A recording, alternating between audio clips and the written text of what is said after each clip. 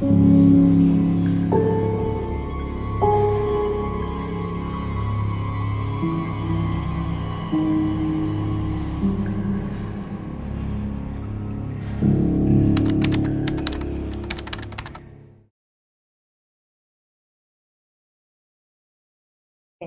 everyone. We're going to go ahead and do the Roger Coleman video today. Well, actually, the first part, I'm going to do two parts because there is so much information. It's really long. So first part, I think we will go ahead and describe the area, give you a little introduction to the different people involved, and get into the crime itself. And then the second part, the next part, what we'll do is go through the investigation, the suspects, the trial, the appeals, and the execution. This all happened in Grundy, Virginia, which is in southwest Virginia, Buchanan County. And yes, it's Buchanan, not Buchanan. Grundy is a small working class, or more specifically, a coal mining town. And it's about 13 miles from the West Virginia border and about 15 miles from the Kentucky border. Grundy's actually been called the heart of Appalachia. I guess it's about 5 square miles, and it's got approximately 1,000 residents. Most of the residents, especially back in 1981 when this particular crime occurred, the residents were very hardworking and religious people. Pretty much the same today, but like everywhere else, there's issues. But in 1981, like I said, very hardworking people, very religious people. But Grundy's a real place, and real human beings live there. And there's always been people who have their vices, I guess you'd say. They like their liquor, even drugs. And in 1981, marijuana was a big thing. I'm not really sure what else was going on at that time, but and there was crime, mostly theft, domestic disputes, drug-related crimes, and there were murders.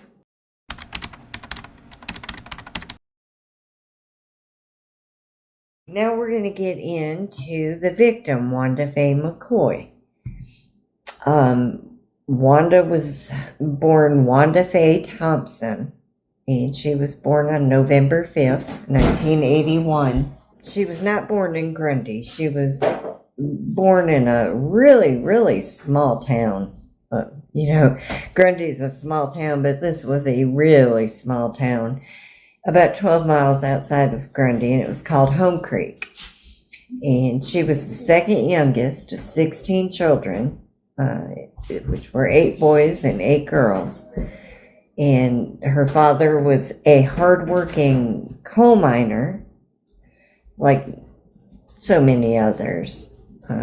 Wanda was described as a very sweet, kind girl, very obedient to her parents, and very, very timid and shy. She very much loved sewing and crafting, especially making clothes. And she was a very pretty girl and had strawberry blonde hair that just really stood out, along with a really sweet smile. Brad McCoy, he was 2 years older than Wanda. Soft-spoken gentleman. His father also worked for a coal mine, but he also drove a limo that catered to weddings and special occasions and other events. And he did this on the weekends and holidays, when he wasn't working in the mines.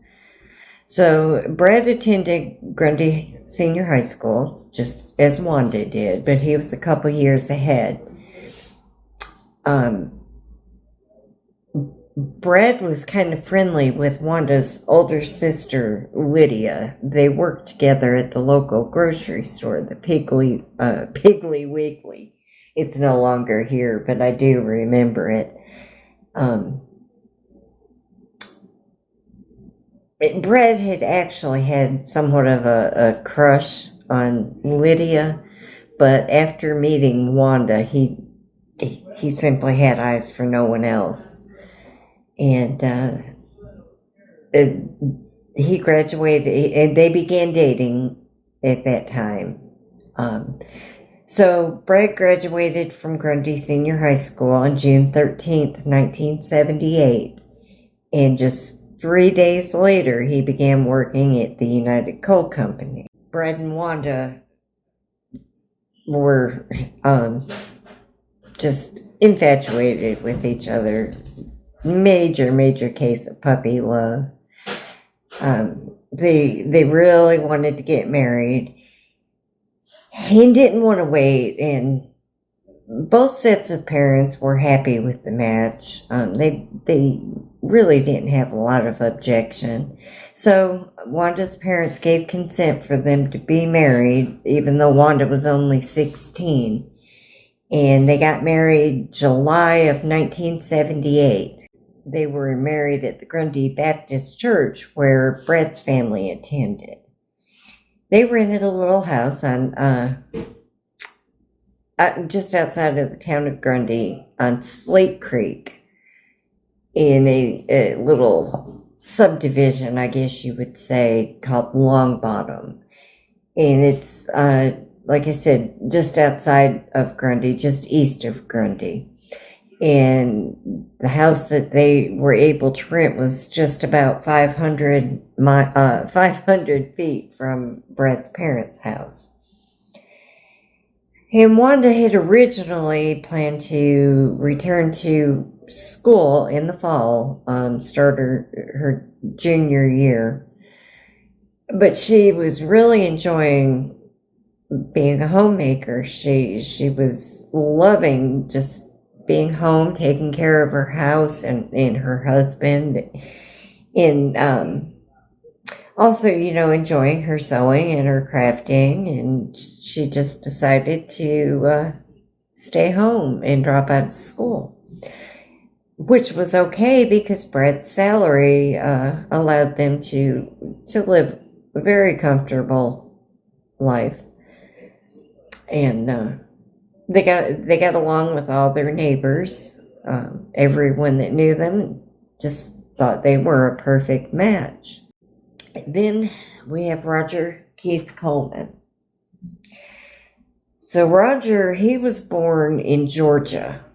His father was military, and when Roger was still an infant, about 8 months old, his father was stationed in Germany, so he was sent to Germany. Roger's mother decided to return to Grundy and stay with Roger's grandparents, her in-laws.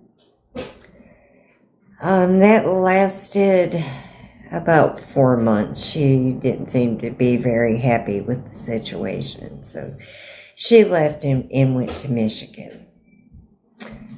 When Roger was about 6 years old, she sent him back to his grandparents. Didn't really seem like either of his parents were very interested in raising him, so his grandparents went ahead and adopted him. Roger was not exactly a popular kid. He spent a lot of time alone. He had an above average IQ, even though his grades were not so great considering what his IQ was. He should have done much better academically, but he didn't do badly. He got through school okay, just did not excel. What he did excel at was sports. He worked after school and on weekends and used some of the money that he earned to do things he wanted to do, buy himself things, but the majority of the money he earned working, he gave to his grandparents to go towards expenses. He enjoyed hunting, fishing, hiking, all the outdoorsy type stuff, and he was also a very avid reader. When he was 13, he and a friend were caught making obscene phone calls to a classmate, a female classmate of Roger's. And on occasion, the younger sister of this classmate would answer the phone and also be subjected to these obscene phone calls. And of course, they were caught, and Roger said that he only did it because he was lonely. But then he told a social worker that he did it because he heard a voice in his head telling him to do it. They recommended that he receive psychiatric counseling, which he did. As he neared his high school graduation, he was pretty adamant that he did not want to go to work in the coal mines. So he decided he wanted to enlist in the Army. Part of the reason for that was he very much wanted to go to college, and his family just simply couldn't afford to send him. And if he enlisted in the Army, not only would he not have to go to work in the coal mines, but he could get tuition. So, his grandparents wouldn't have to pay his way through college. And then, April 4th, 1977, Grundy was hit with a terrible flash flood. And this resulted in raging waters that carried away buildings, collapsed bridges, washed out roads. It forced them to close roads in and out of town, block bridges, close businesses, including the schools. And then on April 7th, a school teacher by the name of Brenda Rife was home alone with her 6-year-old daughter, Megan. Brenda was married to another school teacher named Preston, but Preston also had a car lot, I guess, that he ran on weekends and holidays, summers, when he wasn't teaching school. And on this day, he had gone to the car lot to check on whether there was damage, if so, how much, figure things out. So he was gone. And a young man wearing a Grundy High School letter jacket and a sailor's hat knocked on the door at Brenda's house. She said she thought he was about 18 years old. He told her that he was part of a cleanup crew, a volunteer group that were there trying to clean up after the flood. And he asked for a glass of water. And so she allowed him in the house. As soon as he got in, he pulled out a gun and a roll of duct tape. And he held Brenda at gunpoint and forced her to tie her 6-year-old daughter to a chair, which she did because she was not only in fear of her own life, but the life of her young daughter. He then proceeds to, still at gunpoint, force her through the house and up the stairs into the master bedroom, where he proceeds to order her to disrobe. When she refused, he tore her robe open, shoved her down on the bed, and climbed on top of her. He kept trying to forcibly attempt to kiss her, and at this point she was just not having it. She started to fight, and she said she scratched his neck badly. He was very angry about this, and as he was fumbling to get his gun, she was able to get loose and run out the door and down the stairs. There was a sliding glass door, I believe, in the kitchen area, and she ran towards that, hollering for her daughter to follow, which of course she couldn't do because she was tied to the chair. So Brenda goes back to untie her, gets her loose, and they make it to the porch before Roger catches them. I guess a struggle ensues on the porch, and Brenda's screaming for help. She is able to grab the gun and get it away from this man, and she throws it. He runs to retrieve it, at which point they both notice that some of the neighbors are walking down the road, apparently having heard Brenda's screams. So he dashes back to the porch, grabs the sailor hat that he had lost during the struggle, and takes off into the woods. Brenda, being a school teacher, has yearbooks for several years from Grundy High School, and realizing that this was a young man wearing a Grundy High School letter jacket, she starts looking through the yearbooks at the pictures, and she finds one that she is sure is the man that attacked her, and this was Roger Keith Coleman. So she tells the police what she's found, and they take her to Roger's place of employment, and she gives a positive identification.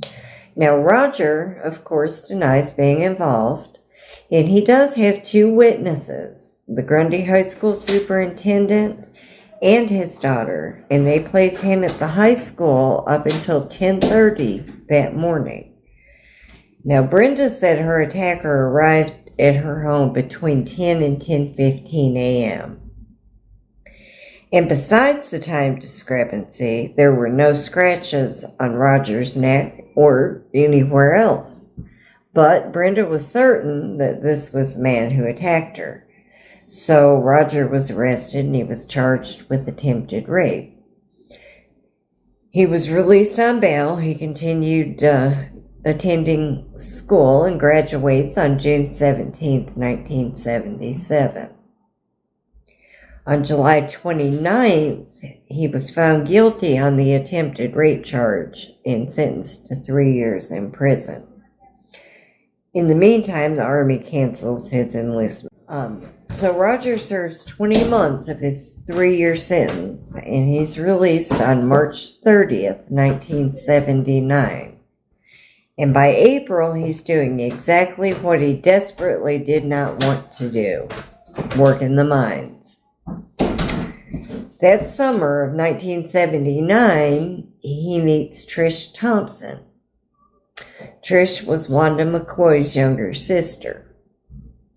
She was a 15-year-old vivacious redhead, and she was just head over heels for Roger. She thought his criminal past was exciting, and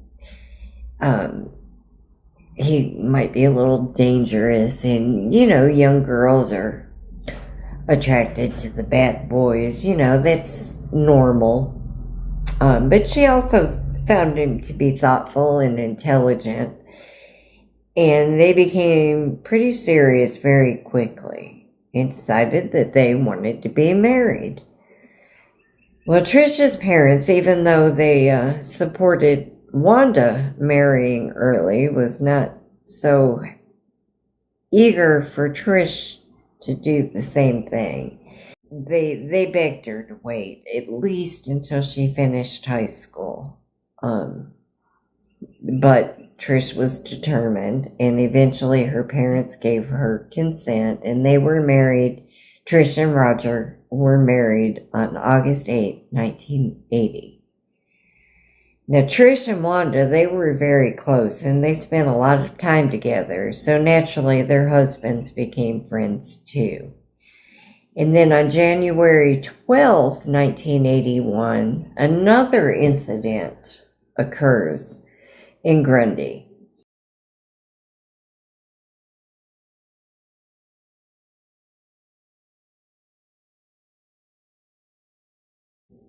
It was a very cold day. It was snowing. The Buchanan County Library was empty except for the two librarians working, and it was just before closing time. A man enters the library. He walks up to the checkout desk. He masturbates in front of the librarians and ejaculates across the desk. He then runs out. Originally, the first suspect was someone considered to be the town drunk who had just the day previously run through town completely naked. But then the librarians, just as Brenda Rife did, look at pictures in the Grundy High School yearbooks and point out Roger Coleman. He's arrested for that. Then on March 10th, 1981, this is a typical weekday, Wanda and Brad McCoy spent that morning at home. Wanda was sewing and watching television, and Brad was kind of relaxing and reading the newspaper before he had to leave for his job. He worked kind of a swing shift, second shift, at the mines from 3 p.m. to 11 p.m. And as I said, it was a cold day that day, about 42 degrees, and Wanda she had a bit of a cold, and she just didn't want to go out. So Brad left a little bit early so that he could run a couple errands before clocking into work. So he left, he said, shortly after 2 p.m. Now, Wanda, she didn't like being home alone at night while Brad worked. It caused her some anxiety. She'd get lonely. So Brad always tried to call home and talk to her during his shifts. And on this night, he took a coffee break about 9 p.m. and called home. He talked to Wanda for about 15 minutes. They talked about what she'd been doing, how his evening had went. She was watching BJ and the Bear on television. They were due a tax refund, so they talked about how they might spend that. He told her that he would be home, right around 11, and that was that. Normal conversation. Brad did not know, could not have known that was the last time he would ever speak to his wife. Wanda had been curled up on the couch under one of her handmade Afghans while speaking to her husband, and she must have drank a Coke, a bottle of Coke at some point, because the empty bottle was later found in the floor. Brad left work right at 11 when his shift ended. And as he crossed the bridge over Slate Creek toward his house, he could see anything that was happening in front of his house, including seeing anyone coming or going. And he didn't notice anything unusual that night, except that the porch light was not on. Wanda always left the porch light on for him, and it was not on that night. And he arrived about 11:10. So when he reached the front door, he was surprised that the storm door was unlocked, because Wanda, not liking to be home, kept everything locked up. So that kind of concerned him. And their front door pane, the previous tenants had painted over the glass in the door, and they had left it. So this night he kind of scratched a little peephole in it. He looked in and he could see the Afghan on the couch, and he thought Wanda might have been hiding from him. So he used his key and unlocked the door and went in. The lights and the television were on, but the coffee table was kind of moved sideways, and the empty Coke bottle was in the floor. And he noticed that the light was on in the spare bedroom.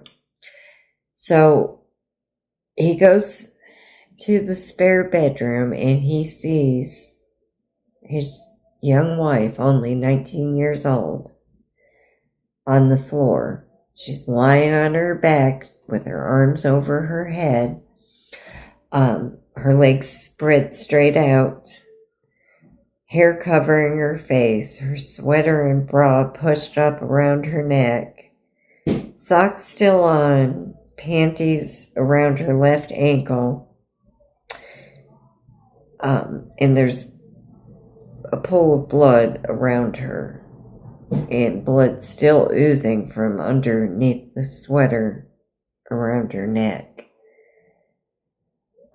He can also see that there's stab wounds in her chest, and just knows immediately that she's dead. So he runs back into the living room, calls his father, Hezzy McCoy, and asked him to come over, that Wanda had been raped and killed. At this point, Brett starts worrying that the killer or killers may still be in the house, so he goes on the porch to wait for his father. And I'm sure time dragged, and seconds probably seemed like hours, and he was impatient, so he began walking towards his father's home.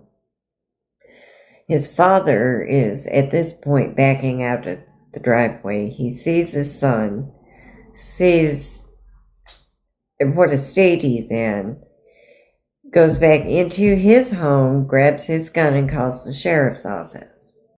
And then they return to Brett McCoy and Wanda's home to wait for the sheriff's office.